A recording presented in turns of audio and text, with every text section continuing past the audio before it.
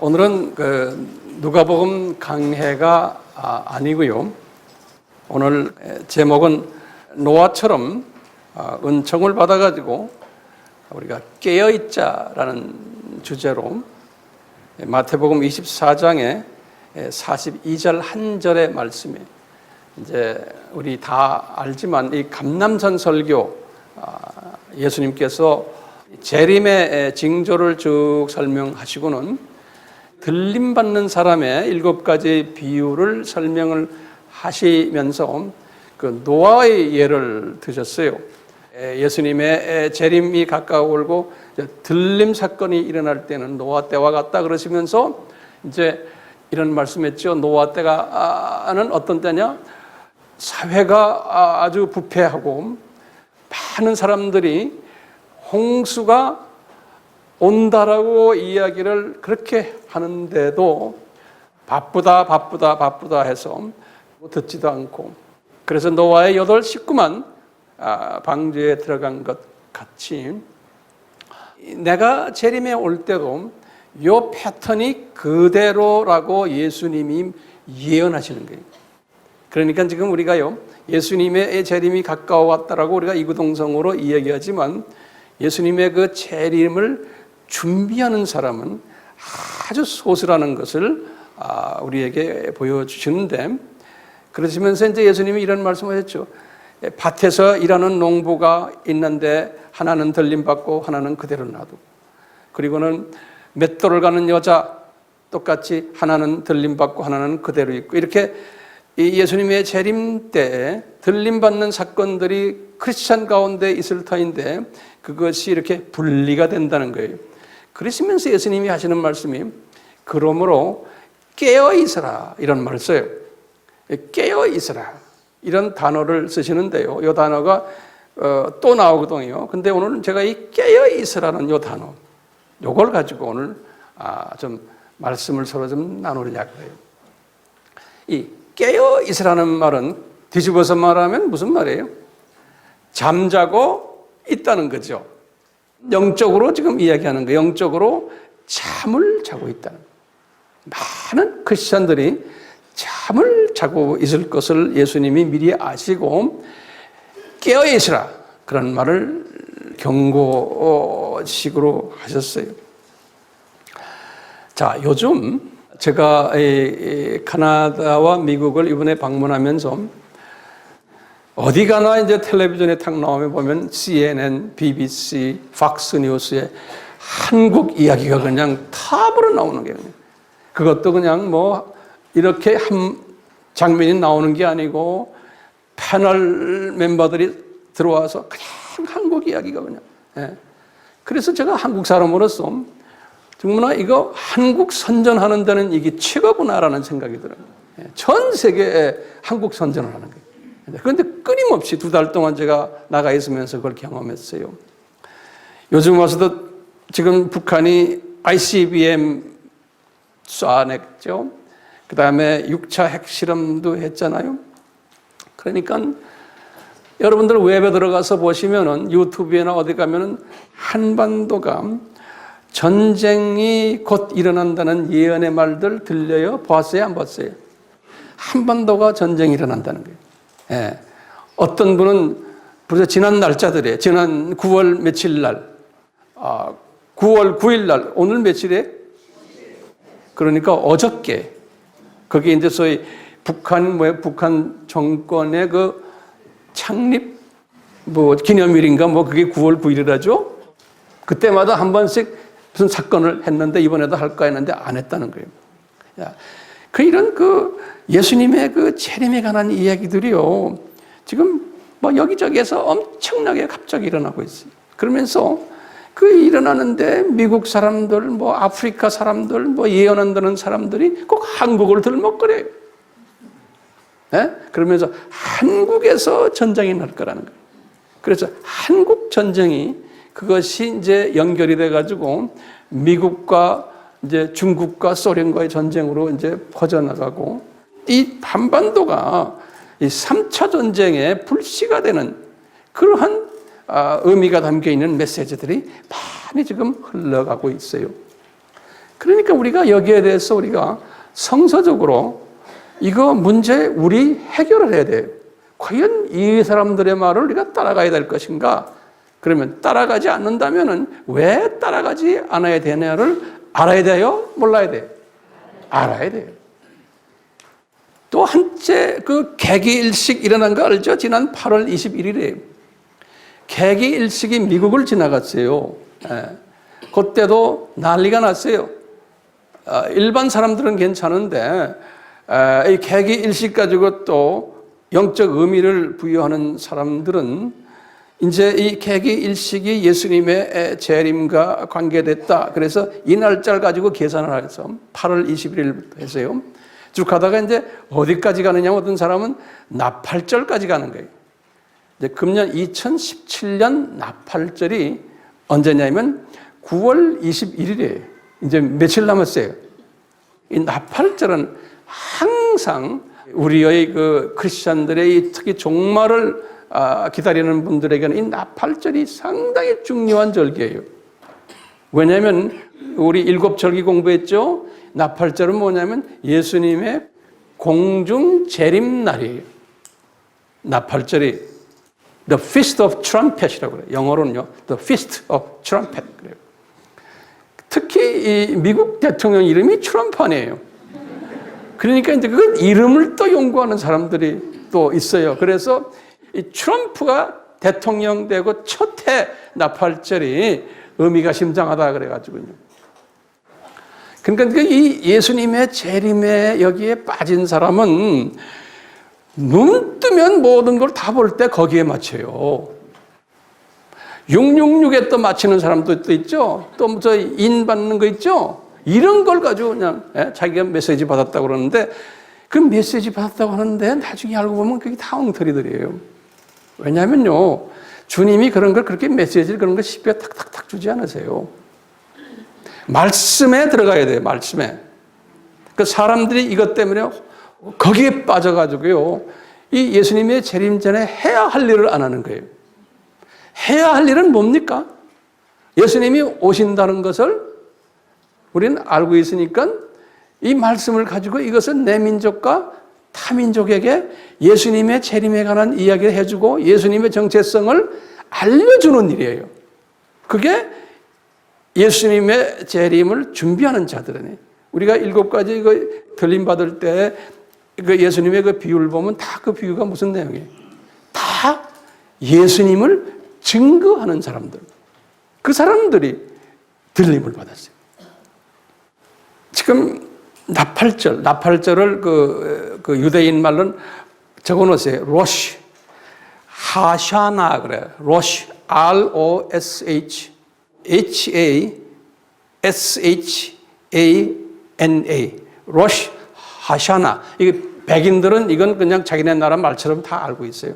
로시 하샤나. 이게 Feast of Trumpet 그러는데요. 이상하게도 금년은요, 그날이 이슬람 종교의 신년이에요. 똑같이. 지금 금년 9월 21일이에요. 이 영국 사람이 만들어 놓은 달력을 내가 쓰는데 거기 보면 이슬라믹 뉴이어라고 딱 써놨어요. 로시 하샤나 이슬라믹 뉴이어. 그러니까 그 9월 21일이 이게 예수님이 오실 수 있는 가능성을 항상 이야기하는 사람한테는 상당히 매력 있는 날이에요, 이 날이. 근데 내가 볼 때는 아니라고 저는 보고 있어요. 그 이유를 제가 오늘 설명해 드리려고요. 자, 이제 한반도 전쟁이 터졌다 하면요, 뭐 핵이 떨어졌다 만약 이렇게 되거나 이렇게 되면 또 뭐 미사일이 떨어졌다 하면 무슨 일이 일어나겠어요? 미국이 당장 인볼브할 거고, 미국이 인볼브하면 중국이 인볼브할 거고, 또 소련이 인볼브할 거고, 일본이 인볼브할 거고. 그건 우리 뭐 명약 하나예요. 그러면서 중국하고는 지금 인도하고도 지금 심각한 문제가 있거든요. 또 이 파키스탄하고 인도하고의 문제점. 또 그러다 보면 지금 이스라엘 쪽에요. 지금 시리아, 레바논, 이란, 이라크 이런 쪽. 여기서 이제 터지면 그것이 다 중동까지 번져나가도록 지금 세계 정세가 그렇게 구조가 돼 있어요. 그렇기 때문에 러시아의 푸틴도 한국 전쟁이 나는 것을 두려워하는 거예요. 나면은 이렇게 발전될 가능성이 있는 걸 알기 때문에. 그러니까 굉장히 두려워하는 거예요. 시진핑도 마찬가지. 독일 수상도 같은 의견을 이야기하고요. 세계의 매체들도 다 이런 이야기를 하고 있어요. 이 한국 전쟁 일어나면 이건 큰일 난다. 얼마 전에 미국의 CNN 쪽에서도 패널 디스커션 하는 건 내가 쫙 들어보니까 만약에 서울에 핵포탄이 떨어지면은 우리 신문에도 나오지만요. 한 30만 명에서 40만 명이 죽을 거고 그 한 나머지 한 100여만 명은 이제 부상당하거나 여러 가지 문제병들을 가지게 된다는 거예요. 그러면 한국이 만약에 그렇게 해서 한국의 기간 산업이 다 무너지면은 이것이 전 세계의 경제에 영향을 주는 거예요. 우리가 지금 세계의 10대 경제 대국이에요. 각 나라의 자본이 우리나라에 다 들어와 있고 삼성이라고 해서 그게 한국이 아니잖아요. 현대라고 해서 다 다른 나라의 자본과 연계되어 있기 때문에 삼성이 무너지고 현대가 무너지고 뭐 SK가 무너지고 하면요. 이건 전 세계 경제와 연관되어 있기 때문에 한반도 전쟁은 그렇게 쉽게 날 수 있는 게 아니에요. 참고로요. 이 지구 종말에 대한 여러 비성서적 예언들이 있거든요. 뭐 많지만 제가 몇 가지 대표적인 말을 거기다 적어보시겠어요? 첫째요. 이 트럼프 이름 가지고 쭉 이야기하는 사람들이 트럼프가 아까 나팔이라고 그랬잖아요. 그래서 웹에 들어가서 한번 보세요. 그러면 쫙 나와요. 두 번째는요. 그 나팔절을 가지고서 또 예언하는 거예요. 아까 제가 말씀드린 나팔절, 해마다 나팔절 되면 다미성교회도 마찬가지. 다미성교회가 옛날에 날짜 정했잖아요. 그게 어느 날인가 나팔절 날이에요. 항상 그러니까 나팔절은 9월과 10월 그때 있거든요. 그래서 그때를 이야기하는 거예요. 세 번째는요. 이 천체를 가지고 이야기해요. 이 별. 이 별의 움직임들. 이 천체 전문가들에 의하면 금년 2017년 9월 23일에 요 날에 어떤 일이 일어나냐면요. 목성이 떠돌이 별들과 부딪히는 날이에요. 그래서 그 파편이 2021년 3월 28일에 지구에 떨어지게 돼 있어요. 이런 것도 다 이제 예수님의 재림과 다 연결하는 거예요. 근데 성서와는 직접 관계 없지만 지금 네 번째는요. 호킹이라는 사람 알죠? 세계적인 물리학자인데 그 신체 부자유한 사람 있죠?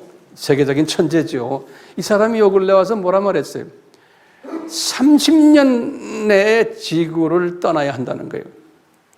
이 사람의 예언하는 건, 이 사람은 크리스천도 아닌 사람인데 30년 안에 북극이 완전히 북극의 얼음이 100% 해빙이 된다는 거예요.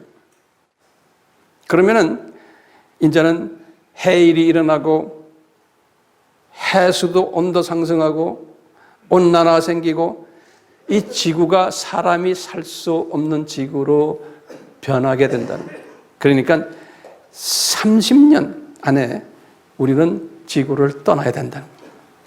그뿐 아니라 이분이 이런 말이에요. 지구 주변의 소행성이 15,000개가 있는데 지구와 부딪힐 수 있는 위험한 행성이, 소행성이 몇 개 있냐면 1,800개가 있다는 거예요. 그렇기 때문에 이런 사람들의 비성서적이지만 이 세상 사람들의 그 예언에 의해도 지금이 말세임에 틀림이 없는 거예요. 이 트럼프가 그런 이름을 가지고 있다 했기 때문에 또 기타 이런 분들의 그 예언 때문에 트럼프가 대통령에 딱 당선되자마자 미국에서요. 미국 사람들 중에 이런 게 겁나는 사람들 중에 특히 돈이 좀 있는 사람들 중에서 가장 안전한 나라가 어딘가 우리가 그쪽으로 옮겨가야 되겠다 해서 가장 안전한 나라 어느 나라를 잡은지 아세요? 한국이 아니에요. 뉴질랜드로 보는 거예요. 뉴질랜드. 그래서 뉴질랜드로요. 트럼프가 당선된 후에 기록에 의하면 15,000명이 이민 신청을 했어요. 미국 사람이. 그 다음에 이제 이런 모든 것 때문에 미국의 억만장자들이에요. 이게 백만장자는 이제 아무것도 아니고 억만장자들의 50% 이상이 지구 종말에 관한 보험에 가입했다고 그랬어요. 예. 그 중에 어떤 분들은 지금 화성으로 이사 가기 준비하는 분들도 있고, 금성, 화성, 달까지. 그래서 여기에 대한 지금 리서치를 지금 많이 하고 있어요. 그래서 혹시 사람 살 수 있으면 거기다 부동산 짓거나 도시를 만들어 돈을 엄청나게 벌기 때문에 돈 있는 사람들은 그쪽으로 도망가려고 그러는 거예요. 지금요. 지금 들어가서 웹에 들어가서 다 나와요. 이게 지금 내 이야기 아니에요. 그뿐 아닙니다. 미국의 캔사스주는 미국의 가장 가운데 있는 주예요. 미국의 딱 가운데 있는데 거기에는 산이 없고 평야이기 때문에 거기에다가 지금 비밀로 지하 15층짜리 도시를 만들어 놨대요. 근데 호화판으로 저도 이 웹에 들어가서 본 거예요. 그래서요, 이 억만장자들이 거기에 다 집을 갖고 있다는 거예요. 그래서 이 사람들을 뭐라고 부르냐면 생존주의자들이라 그러는 거예요. 이 사람들 부를 때 영어로는 그래서 survivalist 또는 프레퍼족이라고 부른다는 거예요. P-R-E-P-P-E-R-S preppers 이렇게 부른다 그래요. 자, 지금 우리가 이런 때 살고 있는 거예요. 예수님이 이 본인의 그 재림과 관계돼 가지고 이야기하실 때 예수님도요 미리미리 예언을 다 해주셨어요. 그러니까 갑자기 나타나는 게 아니고 그분의 예언의 말씀 때문에 우리가 지금 이 예수님의 재림을 우리가 알아내려고 그러거든요. 이 예언하는 목적이 뭐예요? 미리미리 깨어나라고 미리미리 예언해 주시는 거예요. 이건 하나님의 디자인이기 때문에 계획이기 때문에 이분이 미리 정해놓은 거기 때문에 일어나게 돼 있는데 이것을 미리 알려주는 거예요. 그런데 모든 사람 아니고 소수만 이것에 대해 관심을 두죠. 다수는 안 둔다고 그랬어요. 예수님이. 그렇지만 소수에게 말하는 거예요. 깨어나라. 그러면서 이분이 이렇게 말씀하실 때 이제 이분이 창조하실 때 이 셋째 날에 이 별을 만드시고 이 우주를 만드시면서 예수님이 뭐라고 했냐면 하늘의 궁창에 광명이 있는데 이 별이에요. 이 빛이 있는데 이 광명으로 하여금 이 세상의 징조와 이 사시와 날짜를 가르쳐 주는 역할을 그 별이 할 거라는 거예요. 그러니까 이 천체, 이 별 세계가 하나님이 우리에게 뭘 가르쳐 주려고 할 때 메시지를 전하는 역할을 이 별이 할 거라고 이미 하나님이 예수님께서 여호와 하나님께서 창조하실 때 말씀하셨어요. 창세기 1장 14절에. 그러니까 우리가 별에 대해서도 우리가 잘 관찰해야 되는 거예요. 예수님이 탄생하셨을 때 동방박사가 별 보고 왔죠. 그렇죠? 그리고는 예수님이 십자가에서 죽으실 때에 다 해가 어두워지고 이런 게 있죠. 이 천체의 변동들이 있듯이 항상 그런 일들이 일어난다고 성서에는 말씀했어요. 그래서 예수님께서 마태복음 16장 3절에 보시면 그랬어요. 너희들이 천기를 보고는 비가 오는 거나 눈이 오는 거나 바람을 오는 거 알듯이 내가 이런 세상의 모든 돌아가는 이런 것을 미리 보여줄 테니까 너희들이 알게 될 것이나 마태복음 16장 3절에 그랬어요. 그리고는 예수님께서 이 종말에 대해서 설명한 것이 감람산설계죠. 마태복음 24장, 25장이 두 장이. 그리고는 그것을 누가가 받아가지고 또 누가복음 21장 5절에서 36절에 누가가 또 그걸 다시 재설명을 했어요. 그 다음에 이제 요한계시록에서 요한에게도 예수님의 그 재림 전에 일어날 일들을 계시록 6장 1절에서부터 7장 8절까지 쫙 설명해 요. 근데 이 감람산 설교에서 예수님의 그 공중 재림 전에 일어나는 일들에 대해서 여러 가지 사건들을 이렇게 쭉 설명하시면서 예수님이 뭐라고 했냐면 이것은 산고다 그러는 거예요. 산고. 어머니가 아기를 낳을 때 그 고통 있죠. birth pain이라고 그랬어요. 이 산고라는 거예요. 이 상고들이 일어날 텐데 이 상고는 기쁜 소식이 있기 전에 있어야 되는 아픔이 이 아담의 죄 때문에 그런 거예요. 그래서 이제 아담이 죄를 짓자마자 아담 와이프가 상고를 겪을 거라고 말했어요. 창세기 3장 16절에 똑같이 이제 예수님의 재림이 올 터인데 그때 이 세상은 산고를 겪을 거라는 거예요. 그러니까 너희들이 그 산고가 나타나는 걸 보고는 아, 내가 가까이 있다는 걸 너희들이 알아라는 거예요. 그러면서 이제 마태복음 24장의 그 산고들을 쭉 설명해요. 우선 복음이 산고를 겪을 거다는 거예요. 그러면서 종교 타원주의가 일어날 것을 변이된 예수 그리스도를 전하는 크리스찬들이 많을 거라는 거예요. 종교 타원주의 우리 다 공부했잖아요. 그러면서 이제 두 번째 그 산고가 뭐냐면 한국말로는 번역이 잘못됐어요. 난리와 난리의 소문이라고 그랬는데요. 그 난리란 말은 영어 성경에는 wars, 전쟁들, 그리고 전쟁들과 그 다음에 rumors of war, 전쟁의 소문들이 많이 일어날 거라는 거예요. 예.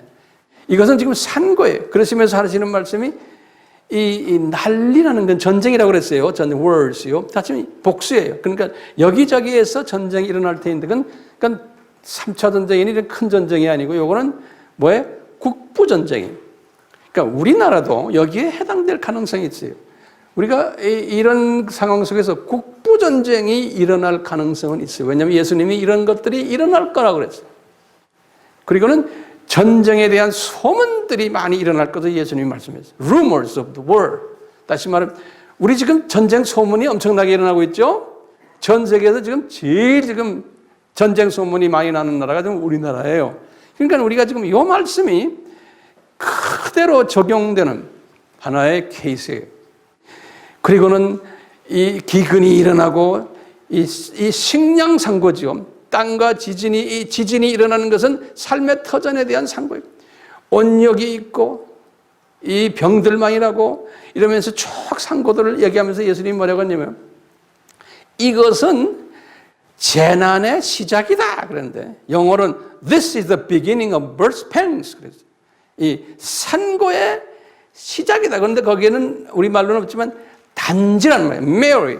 These are Mary, the beginning of birth pangs. 그러니까 단지 이 예수님의 재림을 알려주는 뭐예요? 산고 사인이다. 그건 우리나라에서 지금 여기저기서 지금 전쟁 이야기 나오고 이런 건 제가 볼 때는 이게 산고의 하나의 사인 중에 하나지. 아직까지 끝은 예수님이 아니라고 분명히 말했죠. 끝이란 건 이제는 예수님이 공중에서 나타나는 장면. 왜냐? 그러면서 이분이 산고에 대한 징조들을 또 여러 개 쭉 설명해서 거짓 선지자들이 많이 나오고 그 다음에 예수 믿는 사람들이 예수님 이름 때문에 핍박을 많이 받을 거고 또 불법이 성해서 이제는 똑똑한 사람이나 거짓말 안 하는 사람은 돈벌이도 잘 못하고 깡패들이나 거짓말 잘하고 부패한 사람들이 돈도 벌게 된 사회. 지금 우리나라도 그렇죠. 전 세계가 똑같아요. 돈 벌었다 하면 다 남의 등쳤거나 거짓말했거나 속였거나 재주폈거나 이래서 다 돈 버는 거지. 출세도 마찬가지고 진짜 순진한 사람은 돈 못 벌게 돼 있어요. 사회 구조가 그런 거예요. 사회 구조가. 예수님 말씀에 불법이 있어. 불법을 영어로 lawless. 법이 없는 lawless. 그러면서 예수님께서 이럴 때 마태복음 24장 14절에 이 천국 복음이 만민에게 전파되리니 그제서야 끝이 오리라 이렇게 말씀합니다. 다시 말하면 이런 가운데 복음 전하는 우리 하나님의 자녀들이 밑에 깔려서 한다는 거예요. 왜냐? 이방인의 충만한 숫자가 차야 되는 거예요. 이방인의 충만한 숫자가 차야지만 예수님이 공중 재림에 오게 되어 있는 거예요. 지금 이방인의 충만한 숫자가 차지 않았는데 예수님이 곧 오신다, 곧 오신다 지금 여기저기서 지금 말하는 것들은요, 제가 볼 때는 비성서적인 거예요. 그리고 이제 이렇게 쭉 이제 오늘 제가 설명해 드리겠지만요, 아직까지 성세에서 예수님이 재림해 오시기 전에 이루어야 되는 예언이, 두 가지 예언이 아직도 남아 있는 거예요. 아주 굉장히 중요한 두 예언이 남아 있는 거예요. 그렇기 때문에 우리나라가 지금 여기저기서 전쟁의 소문은 나지만 전쟁 났다고 해도 국부전쟁 수준이지 뭐 원자탄 떨어뜨리거나 뭐 이런 대전쟁은 아직 때가 아닌 거예요. 루머만 무성하게 돼 있는 거예요. 왜요? 이방인의 충만한 숫자가 아직 안 찼기 때문에. 자, 이 두 가지의 그 일이 아직 남아있어요. 첫째, 뭐가 남아있냐면요, 이스라엘하고 팔레스타인이 평화조약을 맺어야 되는 일이 남아있어요. 에스겔서 37장 26절, 그 다음에 요한계시록 8장 1절이에요. 요한계시록 8장 1절은 뭐냐면요, 일곱째 인이 떼어지면서 하늘이 반지 동안 조용해졌다고 그랬어요. 거기 끝나고는 이제는 나팔을 부르기 시작하면서 이제 소위 3차 전쟁 7년 환란이 시작돼요. 7년 환란 전에 조용한 평화 시대가 와요. 특히 그것을 에스겔에게는 아주 자세하게 말했어요. 그래서요, 이 이스라엘 사람들과 팔레스타인이 평화조약을 맺고는 편안한 삶을 살 것을 이미 에스겔서 38장 18절 또 14절에 명시해 놨어요. 편안한 삶을 살 것을 에스겔이 딱 본 거예요. 그러다가 이제 때가 되면은 갑자기 이제 전쟁이 일어난다고 그랬어요. 소련 중심으로 해서 이스라엘을 공격하는 이야기가 나오거든요. 그래서 똑같은 38장에. 자, 근데 신기하게도요, 이 지금 요 예언이 지금 이루어지고 있어요. 이스라엘과 팔레스타인이 평화 조약을 하려고 지금 계획하고 있어요. 이미 이 아랍 쪽이나 유럽 사람들이나 미국에서 이스라엘은 저 나라가 평화가 올 때 세계 전쟁이 안 일어난다고 보는 거예요. 저기에서 만약에 전쟁 나면 세계 전쟁이 일어난다고 다 보는 거예요. 그렇기 때문에 어떻게 하든지 미국도 마찬가지, 또 소련도 마찬가지. 뒤에서 하지만 유럽과 미국은 또 아랍도 마찬가지. 이스라엘을 평화스럽게 만들기 위해서. 그래서 우리가 이스라엘의 평화를 위해서 기도합시다죠. 이건 다른 의미예요. 자, 그래서 이스라엘의 평화를 위해서 1991년도부터 협상을 시작했어요. 특히 팔레스타인하고. 왜냐하면요, 이스라엘의 인구가요, 몇 명이냐면 730만 명이에요. 이스라엘의 인구가.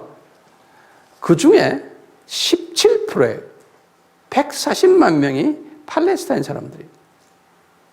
그 조그만 땅에. 근데 그 옆에 조르단에는 약 한 70만 명 정도 팔레스타인 사람들이 살고 있어요. 그러니까 이스라엘의 이 팔레스타인 사람들의 숫자가 만만찮고, 팔레스타인 사람들의 생각에는 1948년 이스라엘이 독립하기 전까지는 1900년 동안 자기네 땅이었던 거예요. 그러니까요, 이 사람들이 가지고 있는 오너십이, 이스라엘 사람들은 거기에서 2000년 전 아브라함에게 이 땅을 우리에게 줬다 그래가지고 이제 땅 싸움 하는 거죠. 근데 이 땅 싸움을 조그만 땅 가지고 니 거 내 거 아무리 싸움해야 되니까 누가 머리 맞대고 죽기 전에는 안 되는 거예요. 이란이라는 나라는 자기네 교리가 그래요. 이스라엘 나라 사람들을 싹 지중해에다 다 집어넣기 전에는 자기네 메시아가 안 온다고 자기네 학설이 있어요. 그래서 저렇게 지금 이란이 핵무기를 만드는 것은 이스라엘을 멸살시켜야지만 자기네의 마하디라고 그래. 자기네의 메시아가 온다라고 믿는 거예요. 그러니까요, 이 땅이 평화스럽게 되기 위해서는 두 민족 중에 하나가 없어지든지, 근데 없어질 수가 없게끔 돼 있죠, 구조적으로 지금요. 그러니까 이제 유엔에서도 이것 때문에 회의도 많이 하고 1991년부터 그냥 제가 로마서 강의할 때 이 평화조약에 대한 데이터를 다 들었기 때문에 여러분들 내가 다시 둘 필요 없어요. 이러면서요, 오바마까지 온 거예요. 그냥 대통령들이 이 회의를 많이 했어요. 옛날에 지미 카터 2000년에는 캠프 데이비드 서밋이라고 그래요. 캠프 데이비드에서 또 어느 정도 사인하고는 또 깨지고 오바마가 퇴임 전에 이 두 그룹이 팔레스타인과 이스라엘이 평화조약을 맺게끔 오바마가 이걸 해놓고는 역사에 하나의 큰 자국을 남기려고 노력을 했어요. 또 오바마는 2017년 대통령 임기가 언제 끝나요? 1월 20일 날인가 끝나요. 그 21일 날부터인가 트럼프가 대통령이 되는 거예요. 미국은 항상 그래요. 그런데 이 사람이 자기 임기가 끝나기 바로 그 밑에 1월 17일이에요. 파리에 70개국 나라 사람들, 높은 사람들 다 모아놓고는 특별 회의를 했어요. 이 팔레스타인과 이스라엘이 평화조약을 맺도록 회의를 하고 두 그룹을 앉혀놓고 했는데 거기에서 그것이 이루어지질 않았어요. 이루어질 수가 없어요. 왜요? 우리 예수님의 교회에 하면 그때 이루어지면 안 되게 돼 있어요. 그때 이루어지면 예수님이 빨리 오세요. 근데 딴 일들이 또 급해요. 그게 딴 것들 지금 왜? 이방인의 숫자가 지금 차가고 있지 않는데, 이거 사인만 해놓으면 안 되는 거예요. 자, 트럼프도 대통령이 되자마자 지금요, 이 평화조약을 하기 위해서 사인을 해야 되는데 사인이 안 되는 거예요. 그래서 이 평화조약에 관한 유엔에서 또 미국이 주동이 돼가지고 이것을 만들어 놓은 미국과 그 아빠라고 그래. 그 팔레스타인 오거니제이션, 팔레스타인 거기에 제일 높은 대통령 이름이 아빠거든요. 이분과 계약을 어그리하기를 그러지 말자. 우리가 국가를 둘 만들자. Two State Solution이라고 해요. 이제 웹에 들어가 보시면 Two State Solution. 두 국가 해법이. 그래가지고 어떻게 하느냐. 지금 현재 가자 지역을 팔레스타인 사람들에게 자치주로 줬거든요. 이스라엘 사람들이. 그리고는 또 서안 지역이라는 건 예루살렘부터 시작을 해서 요르단 국경까지 쭉 북쪽에. 거기가 서안 지역, 또 웨스트 뱅크라고 그러는데요. 이 서안 지역 그쪽을 팔레스타인 사람들만 모아서 살도록 자치주 같이 만들어 놨었어요. 그럼 니네들은 거기에 밀려가 살아라. 그러다 하다 보니까 이제 자기네의 정착하는 정착 장소처럼 돼버리니까 이제 주변에서 미국도 그렇고 이제 아랍에서도 그렇고 그럴 바에 우리 싸움하지 말고 아예 그 땅을 줘갖고 나라를 만들어줘라, 팔레스타인 국가를. 여기까지 이제 그래서 투 스테이트 솔루션이라고 합니다. 그래서 가자는 오랫동안 옛날부터 구약 시대 때부터 팔레스타인 5도시 하면 그 가자 지역에 있는 5도시. 옛날부터 그 사람들은 그 동네에 살았던 사람들. 근데 이 서안 지역은 숫자가 많고 그 다음에 그 옆에 요르단에 팔레스타인 사람들이 많기 때문에 왜 많았냐면요. 우리 알다시피 1948년에 이 독립이 되고는 이스라엘 사람들이 이스라엘 땅 다 가진 게 아니죠. 텔아비브 중심으로 해가지고 조금만 갖고 있었는데 그러면서 계속 전쟁하면서 땅 따먹기를 한 거예요. 이제 팔레스타인하고 전쟁하면서 요르단하고도 전쟁하고 요르단은 예루살렘 지역을 다 그 사람들이 장악하고 있었거든요. 땅 따먹기 하다가 1967년에 6.1 전쟁이 있었죠. 6.1 전쟁 때 6일 안에 이스라엘 사람들이 그 다윗에게 주신 땅을 다 뺏어버렸어요. 그러니까 완전히 그냥 땅 통째로 다 가져버렸어요. 6일 안에. 기적이죠. 그 기드온이 300용사 가지고 한 거랑 마찬가지. 그러니까 난리가 난 거예요. 그래서 북쪽에 지금 갈릴리 호수 쪽 그쪽을 골란 하이트라고 그러거든요. 골란 고지라고 그래요. 골란 고지. 그것까지 점령했는데 그 자리는 시리아가 점령하고 있었던 자리예요. 그 다음에 이쪽에 더 웨스트 뱅크는 요르단이 점령하고 있었던 요르단. 그 다음에 저 밑에 시내 반도는 애굽이 점령했던 건데 그걸 다 뺏어버린 거예요. 그래서 67년 6.1 전쟁 때 약속의 땅을 다 이스라엘이 가지게 된 거예요. 6일 안에. 그래서 그 유명한 거예요. 그런데 하나님이 때가 아닌 거예요. 그러니까 난리가 났어요. 아랍 쪽에서. 그래서 협상해가지고 어떻게 했느냐? 땅 일부를 돌려주자. 그래가지고 애굽에다가는 그때 안루와 사닷 대통령한테 협상을 해가지고 시내 반도를 애굽에다가 돌려준 거예요. 그래서 우리가 이 시내산 갈 때는 애굽을 거쳐가는 거예요. 그리고 골란 하이슬, 골란 고원을 시리아에게 넘겨준 거예요. 그리고 이 서안 지역을 요르단에게 넘겨준 거예요. 그리고 예루살렘은 말할 것 없고 그 성전 언덕도 이방인 성전 2개가 있죠. 이슬람 성전. 그것까지도 자기네가 점령했었는데 그 성전 언덕 그것만 따로 뽑아가지고 요르단 중심으로 해서 팔레스타인 쪽에다가 아랍에다가 넘겨준 거예요. 땅은 이스라엘 우리 땅이지만 관리는 너희들이 해라. 그래서 지금도 그 성전 그 언덕은 이 이슬람 사람들이 관리를 하죠. 그렇지만 소유권은 이스라엘 거예요. 그러다 보니까 전쟁이 안 일어난 거예요. 이제 요르단하고도 평화 조약했고 애굽하고도 평화 조약했고 했는데 지금 제일 문제가 뭐냐? 팔레스타인하고 평화 조약이 안 되는 거예요. 그렇게 하는데도 왜? 그러니까 팔레스타인에서는 우리 국가 뜯어달라. 서안 지역도 우리한테 주고 우리 민족이 거기 대부분 많이 사니까 그 다음에 뭐예요? 가자 지역도 우리한테 달라. 그래서 이제 그러니까 이스라엘 안에서도 하우 골치 아프니까요. 미국에 사는 이스라엘 사람들이나 해외에 사는 이스라엘 사람들은 좀 보수적이 아니고 좀 진보적인 사람들은 다 뜯어줘라 그러는 거예요. 그런데 어느 나라나 또 보수가 있잖아요. 그 보수들은 뭐냐면 성서에 의하면 우리 조상 아브라함에 의해서 이 준 하나님의 이 땅은 성스러운 땅이기 때문에 이것을 이방 사람들에게 주면은 하나님의 벌을 받는다라고 믿는 보수파들이 있는 거예요. 그 보수파들의 세력이 또 무서운 거예요. 그러니까요, 이건 종교적인 문제예요. 지금 신앙적인 문제이기 때문에 이것을 못 주게 하는 그룹이 있기 때문에 그 지금 나단 야호 거기에 지금 수상은 이것 때문에 머리를 치고 있는 거예요. 그러니까 나단 야호가 이렇게도 못하고 저렇게도 못하고 지금 그러고 있는 판에 트럼프도 이걸 해결해야 되겠는데 트럼프의 사위가 유대인이에요. 지금 트럼프의 오른팔 아니에요. 특히 이 이스라엘과 지금 팔레스타인과 협상하는데 이 형제가 다 협상을 해요. 협상을 하는데 아무리 협상해도 이게 해결점이 안 오는 거예요.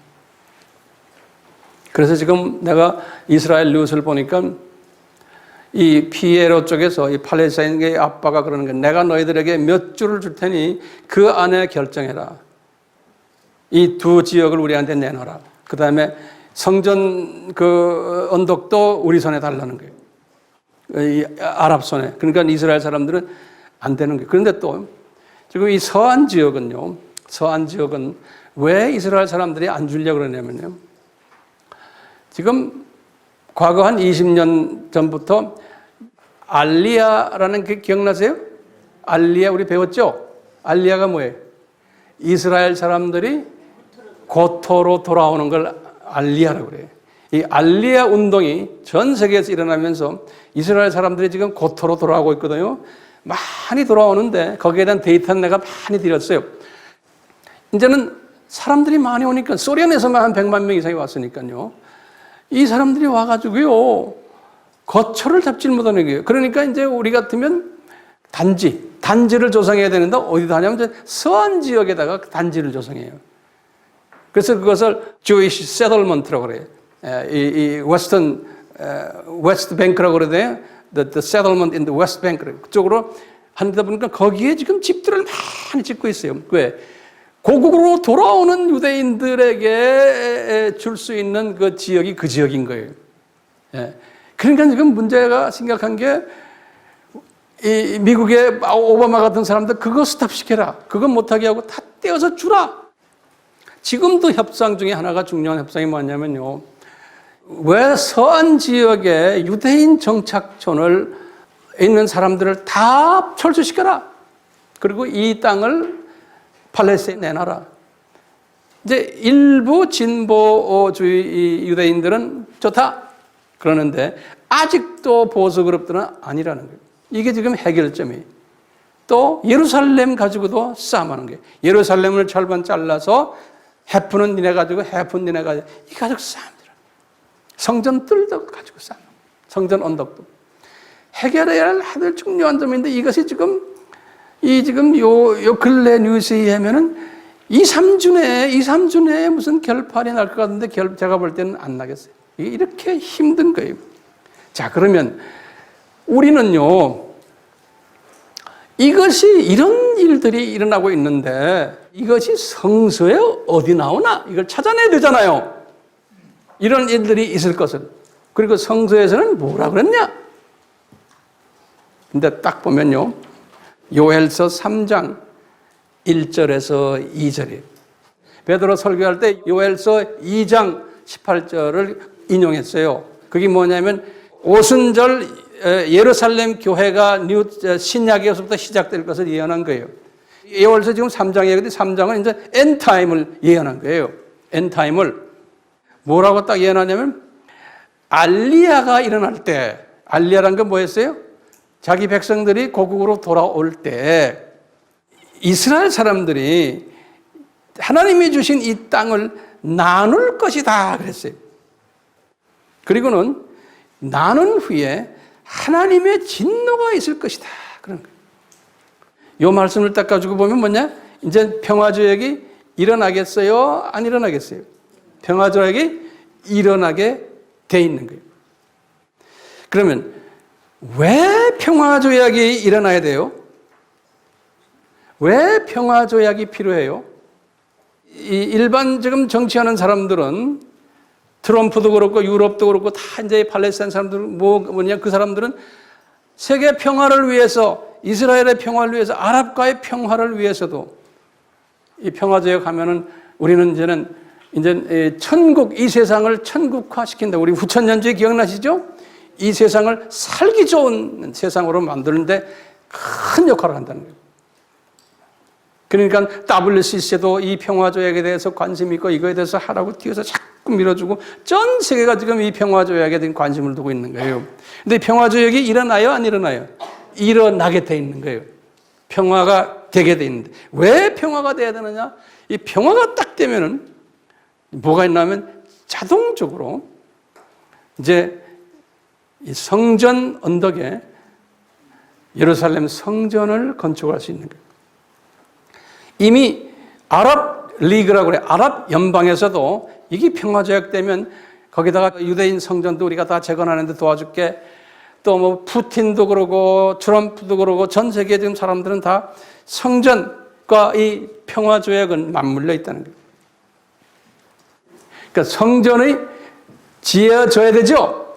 그러니까 우리가 지금 두 가지가 남아있죠. 하나는 뭐예요? 평화조약과 성전 재건이에요. 이것이 아직 안 일어난 거예요. 근데 날짜 이야기하고선 예수님이 곧 오신다. 이게 다 뭐예요? 잘못 받거나 잘못 해석하는 거예요. 거기에 속임을 당하시면 안 돼요. 자, 그러면 성전을 어디에다 짓느냐 이거예요. 이것도 지금 이슈예요. 우리 아바 공부에서 종말론에서 제가 이야기했죠. 성전 자리의 학설이 두 학설이 있다고 그랬죠. 무슨 학설? 북쪽 학설과 남쪽 학설이 있죠. 근데 요새 여러분들 웹에 들어가서 보세요. 대부분의 사람들은 다 북쪽 학설을 지지를 해요. 저도 북쪽 학설을 지지한다고 이야기했죠. 저는 이걸 여러분들에게 10년 전에 얘기한 사람이에요. 그런데 오늘날 와서요. 이 북쪽 학설에 이제 거기다가 이제 성전을 짓는 것이 지금 대부분의 이제 의견이 합치됐는데 문제는 뭐냐? 그 바로 옆에 무슨 성전이 있어요? 바위 성전 있죠? 바위 성전 옆에 짓는 거에 대해서 이슬람 사람들이 과연 이것을 허락할까? 아무리 평화조약을 해도 여기에 대한 또 고민하는 게 있는 거예요. 그런데 한 2년 전부터 또 새로운 학설이 또 등장하는 거예요. 근데 이 학설이 굉장히 빨리 지금 퍼지고 있어요. 뭐냐? 솔로몬 성전이 지금 있는 그 성전 언덕에 지은 게 아니라는 거예요. 지금 있는 그 성전 언덕은 그게 모리아산 성전 지은 뜰이 누구의 타작마당에? 아라우나의 타작마당이 아니라는 거예요. 그 자리는 뭐냐? 그 자리는 사도행전 우리가 공부하면서 보면 그 나와요. 바울이 안토니오 요새에 들어가서 다시 말하면 로마 군인 요새. 그래서 영어로 그때 또 Port of 안토니오의 요새다. 그래서 로마 군인들은 로마는 그때 그 당시에 로마족이 컸으니까 어느 도시 나가나 자기네 군인 요새를 우리 같은 8군 용산에 8군 그거 만들어 놓은 것처럼 그게 그 자리였다는 거예요. 그러면 솔로몬 성전이나 그 헤롯 성전 그 성전 자리는 어디냐? 그 성전 자리는 바로 그 지금 있는 그 언덕 바로 밑에 보면 다윗성이 있어요. 바로 밑에. 다윗성 중에서도 이게 북쪽, 다시 말하면 이 언덕, 지금 이 성전 언덕과 거의 붙어 있는 북쪽, 그 다윗성의 북쪽 거기에 오팔이라고 불러요. 오팔이라고. OPHAL인데. 오팔 지역에 성전이 있었다는 거예요. 거기가 본래 자리다는 거예요. 왜냐? 이 성전을 지으려면 그 우물이 있어야 되는데, 물이 있어야 되는데, 우리 기혼 우물이라고 해요. 기혼. 다윗 성에. 그래서 모든 건 말하는데 뭐라 그러냐면요. 보세요. 지금 이 말들 예수님이 마태복음 24장에서요. 이 감람산 설교를 하실 때 하신 말씀이 하나 있어요. 뭐라 그러냐면 성전을 딱 보면서 이제 1절과 2절에 24장 1절과 2절에 예수님 말하는 저 성전 봐라. 저 성전이 돌 하나도 돌 하나도 자국 없이 싹 다 없어지겠다 그랬죠. 기억나세요? 그리고는 그 말씀을 주후 30년에 하시고는 70년에 그 일이 일어났죠. 그 말씀, 예수님의 말씀을 우리가 100% 믿는다면은 지금 있는 그 유대인 성전 그 언덕인 그 당시에 그 언덕이 아닌 게 지금 유대인들이 가서 눈물의 벽이라고 해서 이거 하는 거 있죠? 예? 통곡의 벽이라고 그러는데 그 통곡의 벽은 뭐냐면 헤롯 성전에 거기 헤롯 성전 다 무너지고는 그 일부 남아있는 거거든요.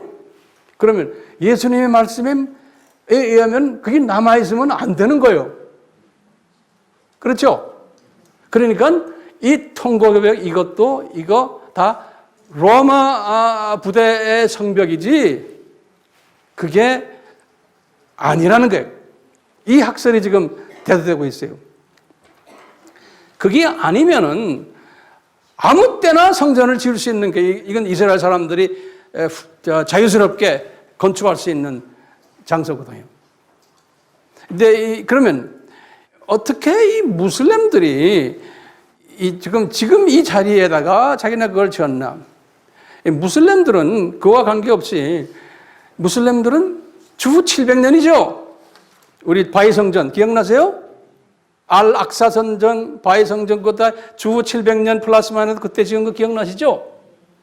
이 사람들이 주후 700년에 딱 보니까 그 자리가 아주 넓고 좋은 거예요.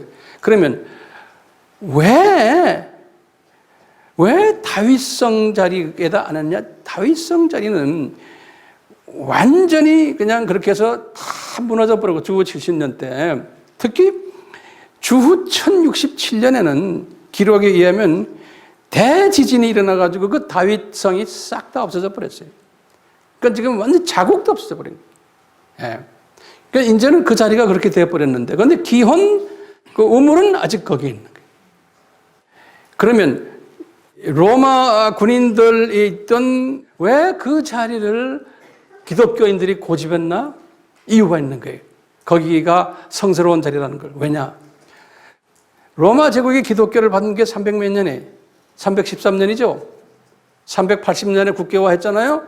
로마 제국이 자기네 부대 자리에 거기가 그거를 자기네가 아전 인수격으로 성시화 시켜버린 거예요.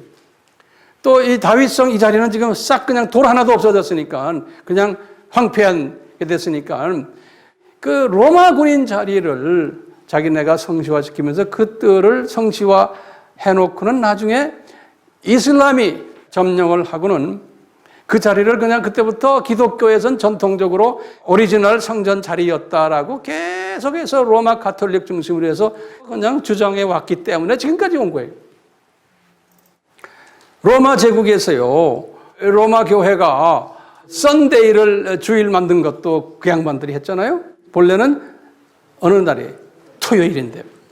막 이런 것들이 상당히 많아요. 로마 가톨릭이 변질시킨 게. 이것도 그 일종의 변질된 게 아니라 보고 있는 거예요. 자, 그렇다면은 이제 제3성전 짓는 게 쉬워졌어요? 안 쉬워졌어요? 쉬워진 거예요. 제가 이 쉬워졌다는 말을 하려고 하는데 이렇게 땀을 흘리면서 말을 했어요. 자, 그러면 두 가지가 남아있다고 그랬죠? 뭐예요? 평화협상? 그 이름이 뭐예요? Two State Solution. 그래요. 두 국가 해법이에요. 그 다음에 성전 재건이에요. 그 성전 재건에 관한 거 다 준비됐어요. 지금도 금방 다윗성에다가 성전을 지을 수가 있어요. 근데 문제가 딱 있는 거예요. 문제가 뭐냐면요. 이스라엘 정부예요. 이스라엘 정부 정치하는 사람들은 뭘 믿고 있냐면 공무원들은 자기네의 선조의 이 솔로몬 성전은 저 지금 이슬람 성전에 있는 그 옆이다라고 믿고 있는 거예요. 그 옆이다. 이 사람들이 전통적으로 지금 그렇게 해왔기 때문에 그러니까 그 공무원들이 그 생각을 바꾸지를 못하는 거예요. 그래서 그 사람들이 생각만 바꾸면 이쪽에다가 지을 수 있다는 거예요. 그쪽에서 예스 지읍시다 하면 그냥 뭐 이슬람의 허가도 필요 없이 지을 수 있다는 거예요. 지금 여러분들이 저에게 물으면 목사님은 뭐 뭡니까? 나도 모르겠어요. 그런 가능성을 지금 제가 다 이야기하는 거예요. 이 말은 뭐냐면 성전 짓는 것도 이제는 거의 자리매김이 되었다는 거예요. 평화조약이 끝나면 성전 짓는 것도 쉽게 되고 이미 로마 가톨릭의 교황은 푸틴하고도 이야기하고 이슬람 지도자하고도 이야기하고 트럼프하고도 이야기하고 이 성전 짓는 이야기 때문에 이야기하면서 때가 되면 짓자고 다 이제 동의가 다 됐거든요. 그렇기 때문에요. 이제는 한마디 말하면 예수님의 공중 재림이 가까웠어요? 안 가까웠어요? 가까이 왔다는 거예요. 그러면 그 성전에서 뭐라고 그랬어요? 예수님이 뭐라고 그랬어요? 성전에서 가정한 예배를 드린다고 그랬죠. 종교 다원주의 예배가 거기서 이제 일어나는 걸 다 내가 수천 번 이야기했잖아요. 이슬람 사람이 와서 성전에서 예배를 드리고 달라이 라마가 와서 예배 드리고 뭐 불교 신자들 뭐 와서 같이 예배 드리고 뭐 각 종교 사람들이 합해서 지금 종교 다원주의 사람들 그런 식으로 예배 안 하고 있잖아요. 그런 일이 그 성전에서도 이제 일어날 것을 예수님이 딱 했어요. 마태복음 24장 15절에 멸망에 가증한 것들이 거기서 예배를 드린 걸 보거든 보따리 싸라. 이제 3차 전쟁이 일어나는 거예요.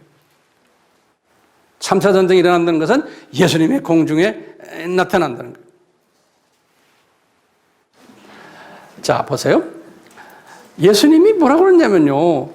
본인이 공중 재림에 올 때는 어느 때인가냐면 노아의 때와 같다 예수님이 말씀하신 거예요. 이게 굉장히 심각한 이야기예요. 노아의 때와 같다. 노아의 때. 마태복음 24장 37절에 그래요. 노아의 때와 같다 같이 하시면서 예수님이 하신 말씀이 그렇죠. 노아 때 보면은 이제 홍수가 나서 사람들이 다 멸망할 것을 이렇게 이야기해도 듣는 사람이 없었다는 거예요. 사람들이 관심을 두지 않고 소수만 이 관심을 두시고는 여기에 순종했다는 거예요. 그러니까 예수님이 말씀하셨으니까 이건 뭐 정확한 거죠. 그러니까 오늘날도 지금 이런 설교를 아무리 들어도요, 예수님이 분명히 말했어요. 사람들이 바빠가지고 직장 생활 바쁘고 돈벌이 바쁘고 뭐 여러 가지 뭐가 바빠서 이 예수님이 오신 거는 이제 알지만 뭐 전쟁 날 거다 알지만 바빠서 안 한다는 거예요. 그게 노아의 때의 특징이 있어요. 그거 좀 적어놔 보세요. 이게 중요한 특징이에요. 이 노아의 때의 특징은 첫째는요, 그 당시의 사회상이 죄악이 관영했다 그랬어요. 창세기 6장 5절에. 그러니까 사회가 아주 썩었다는 거예요. 그럼 몇 사람이길래, 인구가 얼마나 되길래 그렇게 사회가 썩었습니까? 여러분들 한번 계산해 보세요. 아담 타락이 언제예요? 주전 4,000년이죠. 그거 적어 놓으세요. 그 다음에 노아 홍수가 언제 일어났어요? 주전 2,500년이에요. 적어 놓으세요. 그럼 아담이 타락에서부터 홍수까지가 몇 년이에요? 1,500년이에요. 자, 그러면요, 오늘날 수학자들이요, 두 사람, 아담과 하와가 결혼해가 아이 낳아가지고 1,500년 동안 인구가 얼마나 되는가 수학자들이 계산 다 한 게 나와요. 그분들의 계산에 의하면 적어도 2억 명이라는 거예요. 2억 명, 2억. 자, 다시 뒤집어서 보세요. 홍수 끝났어요. 홍수 끝난 게 주전 2,500년이에요. 홍수 끝나가지고 예수님까지가 몇 년이에요? 주전 2,500이니까 2,500이죠? 그렇죠? 그 다음에 예수님부터 오늘날까지가 2,000년이 됐어요. 그러니까 홍수 끝나고 오늘날까지가 몇 년이에요? 4,500년이에요. 요 4,500년 동안 요 8명이 아기를 낳았어요. 8명이 아기를 낳아가지고 지금 인구가 1900년까지 인구가 얼마냐면 20억이었어요. 1900년까지. 근데 그 사이에 많은 사람이 죽었어요. 지금 처음 그 1500년 동안 비율로 하면은 인구가 훨씬 더 많아져야 돼요. 노아 홍수 전까지 그거 비율로 하면은. 왜냐? 전쟁도 많았고요. 그 사이에 여러 가지 뭐 병도 많았고 해서 장수하는 사람이 많지 않았으니까 20억이 됐는데 그 20억에서 지금 100년 사이에, 지금 20세기예요. 1900년에서 지금 2000년까지 요 사이에 인구가 지금 75억으로 늘어났어요. 그러니까 20억에서 70억에 50억이 늘어나, 55억이. 제가 이런 말을 왜 하냐면요.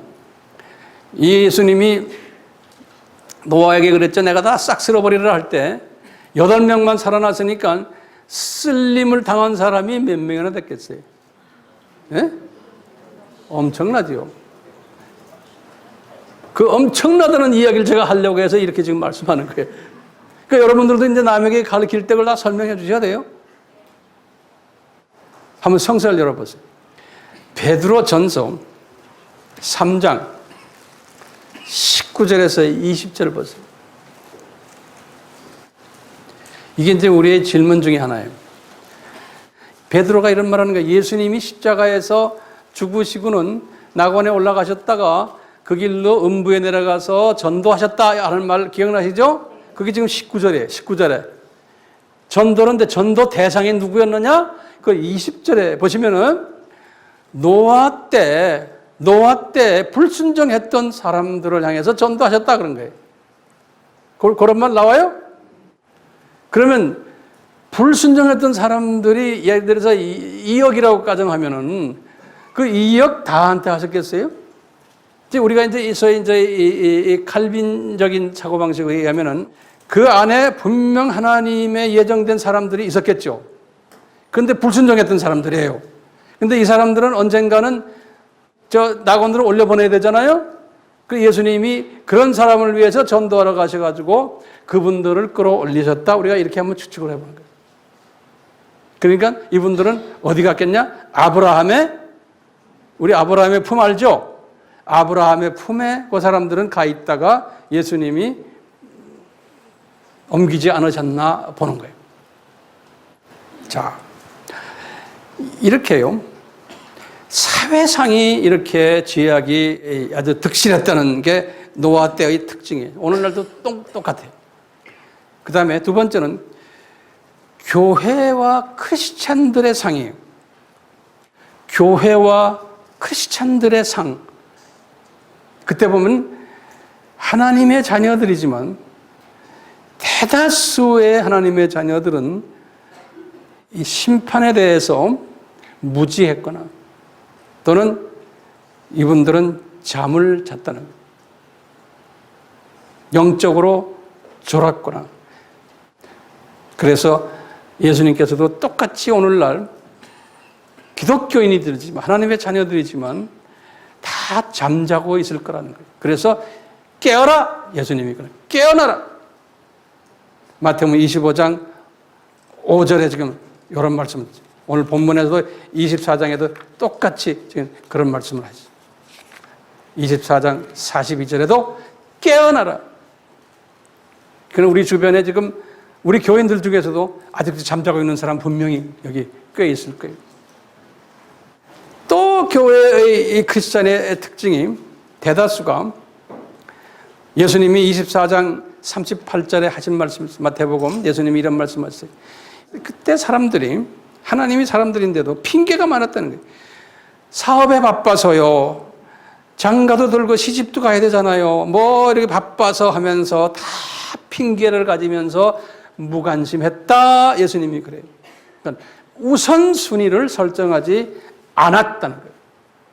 그러니까 그것이 그대로 예수님이 재림 때에 그대로 일어날 것을 예수님이 예언적으로 말씀하신 거예요. 그러니까 우리가요, 여러분들도요, 이렇게 보면은 항상 세상 일에 먼저 우선을 두는 사람들이 분명 우리 교회도 있어요. 내가 보면요, 안타깝지만 어떻게 해요? 들림 받아요? 못 받아요? 못 받아요. 왜? 예수님이 말씀하셨잖아요. 그런 사람 들림 못 받는다고. 그 다음에 특징이 뭐냐면요, 마태복음 24장 49절에 예수님이 말씀하신 게, 이 하나님의 자녀들이 이렇게 했는데도 더디 오실 거라고 마음에 생각해가지고 술 친구들과 먹고 파티하고 놀았다는 이야기를 예수님이 하세요. 하나님의 자녀들인데도요. 예수님이 뭐 설마 그렇게 빨리 올까? 그러니까 더디 오실 거라고. 그 다음에 그 결과는 어떻게 되느냐? 예비하지 않고 준비하지 않은 사람들이 많을 것을 마태복음 24장 42절과 25장 12절에 이렇게 예언하셨어요. 그러니까 그런 사람 대열에 들지 말 것을 기대하면서 제가 지금 이 설교하는 겁니다. 이럴 때 나를 한번 점검하는 그러한 그 겸손한 분이 있기를 바라요. 그래서 예수님께서요, 이 감람산 설교라고 그래요. 감람산이 올리브 마운트, 마운트 올리브 그래요. 그래서 이제 신학 용어로는 Olivet Discourse, Discourse라는 말은 teaching을, Discourse라는 단어를 써요. 이 Olivet Discourse에서 예수님이 이 다수의 들림 받지 못하는 기독교인들, 특히 이 종말 때 노아 홍수 전에 이런 사람들에 대한 호칭들이 있어요. 내가 쭉 불러드릴 테니까 그냥 빨리빨리 적으세요. 첫째 뭐냐면 악한 종이라고 그랬어요. 종은 종이, 그런 거예요. 매일 주님, 주님 말을 하거든요. 그러니까 종은 종이 24장 48절에 마태복음에 전부예요. 그 다음에 게으른 종이라고 그랬어요. 25장 26절. 또는 무익한 종이라고 했어요. 25장 30절에.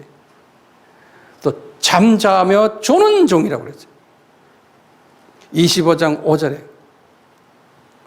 또는 버려둠을 당한 농부라고 그랬어요. 24장 40절에. 그냥 들림 못 받고요. 또 들림 못 받고 버려둠을 당한 매를 가는 여자. 24장 41절에. 또는 기름 준비하지 않는 미련한 처녀. 25장 2절에서 3절. 그 다음에 자기 탤런트를 재생산하지 않는 크리스천들. 25장 24절에서 26절. 또 염소 크리스천들이 25장 32절. 복음 전하지 않는 사람들. 그 다음에 7년 환란에 들어가는 사람들이 24장 51절, 25장 30절, 또 46절. 이를 갈미 있으리라 그랬어요. 크게 후회한다는 거예요. 이 마지막 때의 크리스천들, 들림 못 받는 사람들은. 똑같이요, 소수의 들림 받는 크리스천들에 대한 호칭들이 있어요. 들림 받는 농부, 24장 40. 들림 받는 매가는 여자, 24장 41절. 기름 준비한 슬기로운 처녀라고 그랬어요. 슬기로운, 저쪽은 미련한 이란 말 썼어요. 슬기로운 처녀, 25장 2절. 혼인잔치에 들어가는 자, 25장 10절. 또 20절, 23절. 또 착하고 충성된 종, 25장 21절, 23절. 또 충성되고 지혜 있는 종, 이런 말도 예수님이 쓰셨어요. 24장 45절. 또 깨어있는 종, 24장 42절, 25장 13절. 또는 때를 따라 양식 나누어주는 종, 우리가 열심히 복음 전하는 사람들, 24장 45절. 재생산하는 2달란트, 5달란트 소유자, 재생산하는 사람들, 25장 20에서 23절. 양 크리스천, 25장 32절. 그 다음에 예수님께서 이런 말 했어요. 창세로부터, 예언 예정된 거예요. 이스라엘 사람들은 창세로부터 나라를 상속받는 자, 25장 34절에. 그 다음에 마지막으로 노아의 8 식구와 같은 자예요. 창세기 7장 7절에. 그럼 제가 한번 질문해 드릴게요. 이 두 그룹이 어떤 조건으로 구별이 돼요? 구별하는 조건이 뭐예요? 보면 그 조건이 뭐냐면 간단해요. 깨어 있느냐, 잠자고 있느냐예요. 오늘날도 마찬가지. 깨어 있느냐, 잠자고 있느냐. 그러면 이제 우리가 이제 이게 큰 신학적인 문제가 나타나요. 자, 노아. 지금 우리 노아에 대해서 좀 조금 공부해봐요. 우리가요, 지금 이 마지막 때, 지금 마지막 때죠? 모든 징조가 다 일어났고 지금 몇 가지만 남았다고 그랬어요? 2가지만 지금 남아있는 이때인데 그 2가지도 지금 곧 일어나고 있는 이런 때에 살고 있는. 자, 그런데 내가 우리 보고 그러는 거야. 예수님이, 야, 황 목사야, 너 깨어나라, 깨어나라. 그런데, 깨어나려고 아무리 해도 이게 잠이 안 깨는 거예요. 이게 우리 고민이에요. 우리 예마 식구들이요, 깨어나시오, 깨어나세요 하는데 이게 안 되는 거예요. 이 세상에 취해가지고. 자, 노아도 마찬가지예요. 깨어났어요? 안 깨어났어요? 깨어났어요. 그러니까 순종하고서는 120년 동안 방주를 지었어요. 자, 이 노아에 대해서 창세기 6장에 이렇게 설명을 하는 건, 노아는 어떤 사람인가? 이거 우리가 오늘 집중하셔야 돼요. 이걸 집중하면 우리 해답을 찾을 수 있어요. 첫째 문제, 노아는 여호와의 은총을 받은 사람이었어요. 영어로는 favor 또는 grace, 은혜, 은총을 받은 사람이에요. 그러니까 깨어나지 못하는 사람은 뭐예요? 여호와의 은총이 없는 사람이에요. 우리 아미 식구들 중에서도 그냥 설교로만 듣고는 그 다음엔 또 세상 일 바빠가지고 이렇게 뛰어다니고 우선순위가 이 복음 전하는 일에 안 하면은 은총이 없는 사람들. 그 어떻게 말로 표현해? 은총이 없는 사람들. 이 죄가 관영한 시대의 인물인데도 그렇게 교회가 썩어가지고 하나님의 자녀들도 썩어있는 이때 은총을 받은 사람이 있는 거예요. 6장 8절에 창세기. 그러니까 이 은총을 받은 노아가 이런 복잡한 사회 속에서 은총을 받았기 때문에, 그러니까 이 노아 자신의 행위 때문이 아니에요. 그분의 행운 때문에도 아니에요. 노력도 아니에요. 지식 아니에요. 가문이 좋아서도 아니에요. 학벌 아니에요. 지연, 학연 아니에요. 명석 똑똑해서도 아니에요. 이것은 일방적인 여호와 하나님의, 예수님의 은총이에요. 이 은총을 받은 게 전제 조건이에요. 이 은총을 받은 사람이, 노아가 어떤 행동을 했냐면 그 결과 현상들을 보면요, 거기다 적어서 이제 은총 받은 자가 나타나는 그 현상들이에요. 주어지는 현상들이, 이 양반은 의로운 생각과 행위만 하게 했어요. 이 노아가. 그 성서에 보면 지금 창세기 6장 9절에 이 사람은 의로운 행위를 했던 사람이다 그런 거예요. 도대체 의로운 행위가 뭐냐 이게. 노아 상태에서는 의로운 행위라는 건, 노아의 상황에서는 세대가 악하고 대부분 주위 사람들이 다 예수님에 대해서 관심도 없는데, 홍수에 대해서 관심이 없는 게, 예수님의 재림에 대해서 관심 없는 게 말세라는 건 알아요. 그런데 이 의로운 행위하는 사람은 이 악한 세대에 물들지 않는 사람이에요. 다시 말하면 이게 은혜를 받은 사람은 보호를 받아요. 그런데 이 보호는 노아 한 사람의 이 의로운 행위, 은총 때문에 그 마누라도 거기에 보호받게 됐고, 그 세 딸도, 세 사위까지 그 은총 안에 들어가 버린 거예요. 그러니까 우리 가족들 중에 한 사람만 노아가 나오면 되는 거예요. 지금 이 성서에 의하면요. 그렇죠? 이건 내 학설인지 아닌지 나도 모르겠어요. 분명히 여기 보면은 노아 한 분의 의로운 사람인데 그 모든 사위들과 딸들, 그 부인까지도 다 구원받은 사건을 볼 수 있어요. 그러면서 이 노아가요, 은총받은 것은 의로운 사람이 되도록 보호를 받은 거예요. 거기 첫째가요. 두 번째는 뭐냐면요, 이 사람이 보면요, 또 6장 9절에는 또 뭐라 되어 있냐면, 이분은 항상 여호와와 동행했다 그랬어요. 이 여호와와, 그러니까 24시간 우리가 예수님과 동행하도록 인도를 받는 거예요. 이게 내가 잘나서가 아니에요. 주님께서 계속 인도시켜줘요. 예수님과 매일 토킹하게 하고, 그분과 물어보고, 그분 생각하고, 그분과 내가 항상 교제하고. 예? 이 노아가 그런 삶을 살았다는 거예요. 이것이 잘나서가 아니고 뭐예요? 은총이 내려왔기 때문에.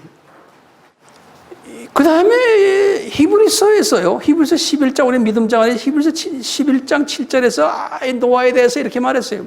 요 노아 이 어른은 예수님을 경외하는 마음이 넘쳤다는 거예요. He was fear of Jesus. 똑같이 히브리서 11장 7절에 노아가 자기도 모르게 홍수의 경고를 바꾸는 방주 건설하라는 명령에 이분이 순종하도록 인도를 받았다 그랬어요.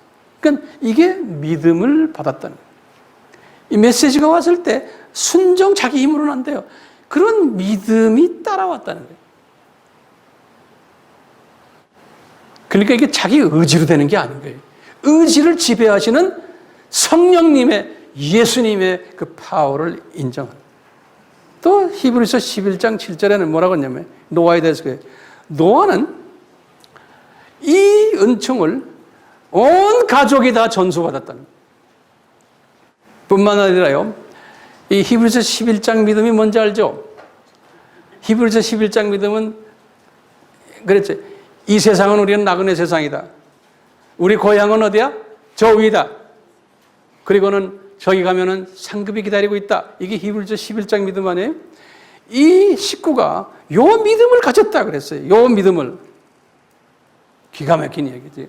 그러니까 우리도요, 그냥 믿으면, 막연한 믿으면, 이 세상은 우리는 잠깐 있다가 이제 저 나라로 가는, 우리 고향 가는, 우린 그런 존재들이다 라고 항상 믿고 있는 거예요. 그리고 그것을 가지고서 삶을 사는 사람. 이게 이 노아의 은총 받은 사람. 이 은총 받은 사람은 벌써 이런 시각을 가지는 사람. 그것뿐 아니라 베드로가 이 노아에 대해서 이야기했어요. 베드로후서 2장 5절에. 그 우리가 성경 전체를 봐야 돼요. 베드로서 2장 5절에 뭐냐면 노아는 예수님의 의를 전파했던 사람이다 그랬어요. 이 가족이 이것을 예수님의 의를 전파했다는 거예요. 다가올 홍수를 전파를 했다 이 말이에요.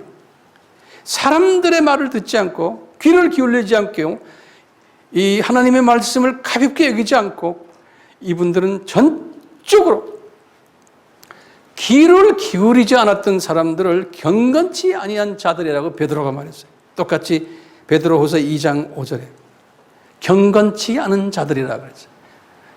이 경건한 사람과 경건치 않은 사람이 여기에서 은총을 받았느냐 안 받았느냐의 차이가 난다는 거예요. 그 은총은 일방적인 하나님의 주시는 선물인 거예요.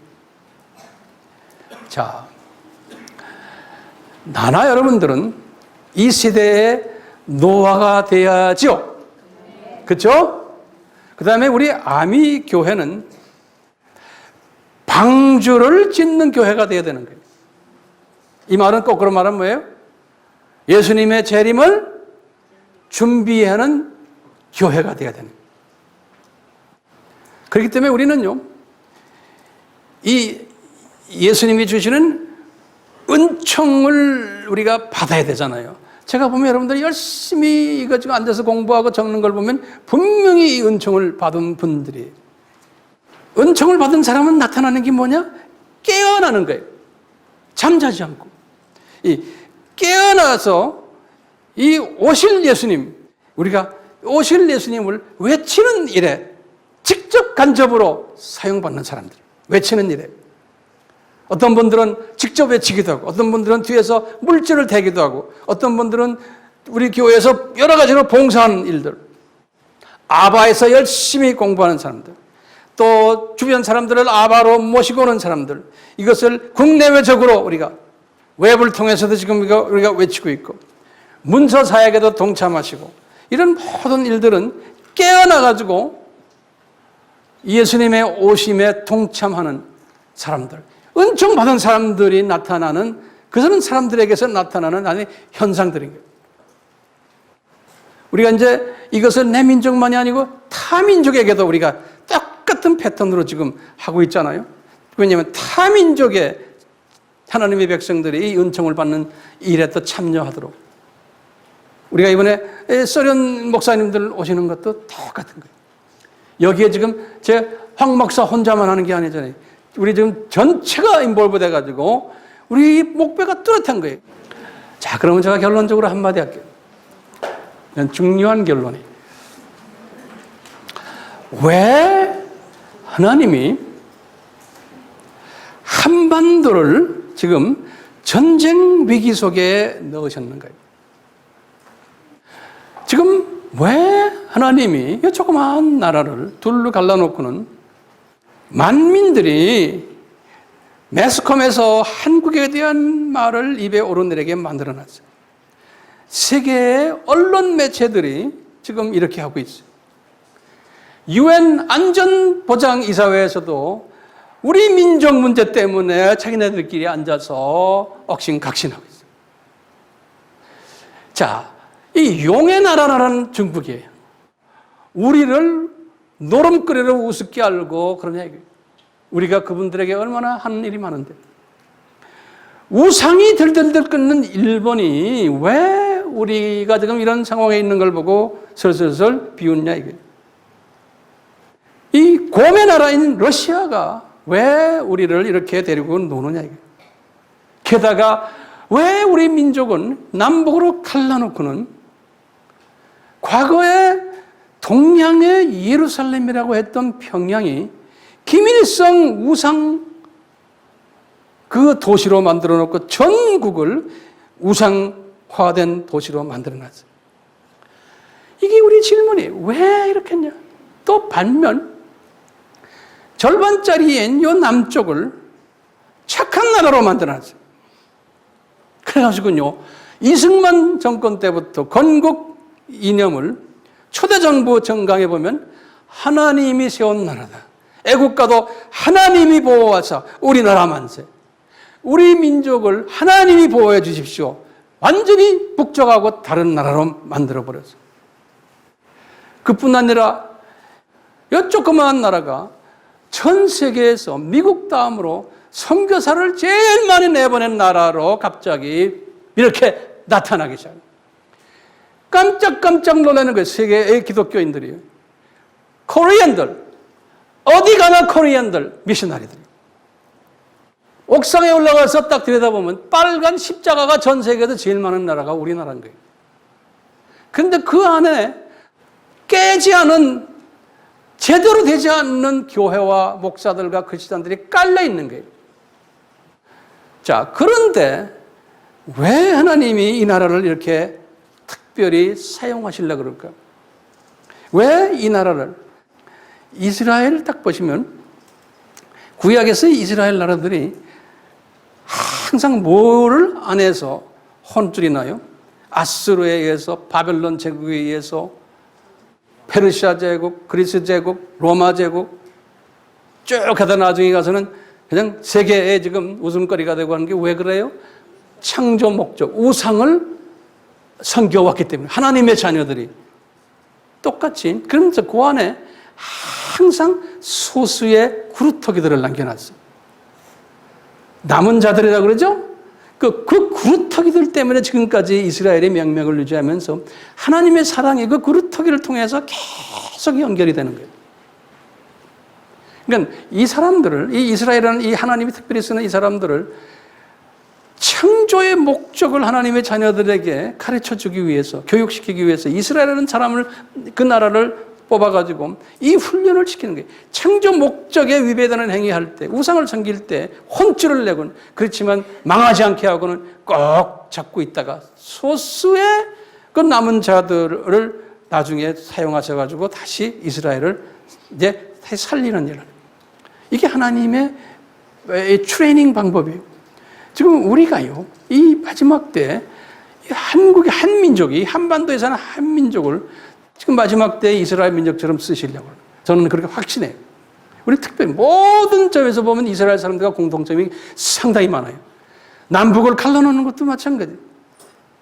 북쪽에 예루살렘이었던 평양이 저렇게 악한 평양이 돼가지고 우상을 섬기면서 기독교를 완전히 그냥 박살내고 하나님의 백성들 가운데 숨겨있는 하나님의 백성들을 엄청나게 어렵게 만들고 있는 거예요. 그거 다 하나님의 역사의 주인이신 예수님의 장중에서 지금 일어나고 있는 거예요. 그 사람들 때문에 남한이 이렇게 또 영적으로 지금 번성해졌는데, 이 영적으로 번성한 십자가가 온 천지에 깔려있는 우리나라, 미셔너리들을 그렇게 많이 내보냈지만 그 안에 대부분이 이스라엘 사람들처럼 우상을 섬기고 있는, 돈 좋아하고 명예 좋아하고 파벌에 싸움하고 그다음 남부로 뜯고 서로 협조 안 하고, 이게 코리안 철치의 모습인 거예요. 거기다 또 WCC에 가입해가지고 타종교도 구원 있다고 떠드는 놈들 얼마나 많나. 지금 우리나라가 그래. 그런데 하나님이 그러면서도 우리 민족을 딱 붙잡고 있는 게 왜 그래요? 요 안에 뭐가 있어요? 구루터기들이 있는 거예요. 요 안에 남은 자들이 있는 거예요. 그런 사람들은 우리가 누군지 몰라요. 그렇지만 시골에 가도 그런 목사님들 계시고, 어촌에 가도 있고, 선교지에 가도 이름도 없이 빛도 없이 그런 사람들이 깔려 있어요. 그 사람들이 우리 민족의 명맥을 붙잡고 있는 사람들. 우리는 그런 사람들 찾아가지고 그런 사람들 우리가 사랑해주고 도와줄 또 의무가 있는 거예요. 그 사람들 때문에 한국교회를 주님이 지금까지 이렇게 보호하시고 지금 쓰고 계시잖아요. 그런 사람들 때문에. 그렇기 때문에 주님께서는 왜 한국에 이런 전쟁 위기 속에 집어넣었을까요? 왜? 한국은 마지막 때 예수님의 재림을 준비하기 위해서 복음을 전함으로 예수님이 오실 것을 외치는 마지막 때에 추수 사역을 하는 담당 민족이에요. 우리 민족이, 이 민족이 그 역할을 하는 민족이기 때문에 이스라엘 사람들도 마찬가지, 예수님의 초림을 외쳤던 족속이 이스라엘 사람들. 예수님의 재림을 미치는 족속을 지금 한반도에 한국 족속을 만들어 놓고는 이스라엘 사람들도 어려운 가운데서 훈련을 시켰듯이 우리도 지금 공산당을 북쪽에다 만들어가지고 그뿐인가 주변의 대국들이 우리를 페르시아 제국 같은 중국, 로마 제국 같은 러시아, 옆에 몇 또 일본, 이놈들이 우리를 그렇게 괴롭히면서 거기다 또 우리는 또 낯짝이 지금 둘이 갈라져가지고 또 우리끼리 싸움하고 있고, 이게 지금 체면이 말이 아니에요. 체면이 말이 아닌데도 붙잡고 있는, 그러면서 복음 전하는 일에 집중하도록 만드는 것은 하나님의 크신 은총이 우리 민족에게 내려온 거예요. 은총이. 근데 그 은총을 붙잡고 있는 분들이 누구예요? 그 소수의 그루터기들과 남은 자들. 우리의 바라는 것은요, 나도 그렇고요, 여러분들도 그렇고요, 우리는 유명해지면 안 되는 거예요. 우리 교회가 커지면 안 되는 거예요. 이게 커지면요, 이게 잡생각이 나요. 교만해지면 안 되는 거예요. 우리는 그냥 소리 없이 이 주님의 이 시대에 필요한 메시지를 직접 간접으로 누가 알아주든 알아주지 않든 우리는 요 일만 하는 거예요. 요 일을 하기 위해서 북한의 김씨 집안을 악역을 하도록 만들어 놓은 거예요. 바로 왕을 악하게 만든 게 누굽니까? 예수님이요. 그럼 언제 남북이 통일될까요? 남쪽, 북, 우리 민족이 해야 할 이방인 추수 작업이에요. 우리가 남쪽에서 추수 작업을 열심히 하면은 북쪽에 있는 감옥에 들어가 있는 그 남은 자들이 기도가 있어요. 그분들이 뿌려놓는 또 씨가 있어요. 그 때가 되면은 남북을 이제 하나로 만들어 놓고, 때가 되면 김정은이 그놈 그냥 없어져 버려요. 거기 공산당 애들 하루아침에 없어져 버려요. 주님이 바로 왕을 그렇게 만들어 놨어요. 아수로 때가 되면 없애버린다. 바벨론 내가 때가 되면 다 없애버린다. 없애버려요. 우리가 왜 성경 들고 다니세요? 성경에 그렇게 다 돼 있고 우리는 그 성경 속에서 지금 살고 있는 사람들 아니에요? 예? 그러니까 언제가 때가 되겠어요? 이방인의 어느 정도 충만한 숫자가 찰 때에 우리 주님이 이제 때가 됐다. 남북 통일 너희들 수고했다. 그동안에 남북 통일 딱 시키는. 그러니까 이 남쪽과 북쪽은 한 톱니바퀴에서 같이 물려서 같이 옵니다. 한 목적을 가지고. 우리가 이런 시각을, 이런 역사관을 가지고 있어야 돼요. 이런 가치관을 가지고 있어야 돼요. 이런 선교관을 가지고서 주님을 섬겨야 돼요. 오늘날요, 역사관이 이렇게 뚜렷해야 되는 거예요. 우리 아미교회 교인들이요, 여러분들은요, 지금 노아가 받았던 은총을 받아야죠. 그렇죠? 이 노아가 받은 은총을 받은 사람들은 이제 예수님의 재림을 생각하면서 졸 수가 없는 거예요. 그 긴박성을 가지고서 나에게 주어진 시간 내에 내 재능 안에서 제가 최선을, 이 마음을 가지고서 어떤 종류의 일이라도 하는 거예요. 꼭 중국에 들어갈 필요도 없는 거예요. 뭐 선교사가 될 필요도 없는 거예요. 있는 데에서 맡은 자기의 일을, 그렇지만 한 목적을 가지고. 복 없는 사람은, 은혜가 없는 사람은 이 집중 안 해요. 이제 앞으로 우리가 찬양을 좀 할 텐데, 찬양팀들 나와서요. 이 찬양의 가사들을 쭉 보시면요, 이 절박한 이 예수님의 이 큰 그림을 내가 이렇게 보면서 예수님과 나와 이렇게 매일 교제하는 사람이 입에서 나오는 고백들이 이런 찬송들이에요. 그냥 우리가 이런 찬송들 그냥 멜로 다 우리 아는 찬송들이지만 이 찬송 내용과 나의 그 가치관과 나의 믿음과 이게 결부시켜야 돼요. 결부 안 되면 그냥 입술로만 하는 찬송이 될 거예요. 지금 이 시간은 우리 주 예수 그리스도의 무한하신 은혜와 하나님 아버지의 극진하신 사랑하심과 노아에게 은총을 베푸셔서 노아로 하여금 믿음을 가지게 했던 그 성령님의 역사하심이 우리 모두에게 지금부터 영원히 있기를 예수님의 이름으로 축원하옵나이다. 아멘.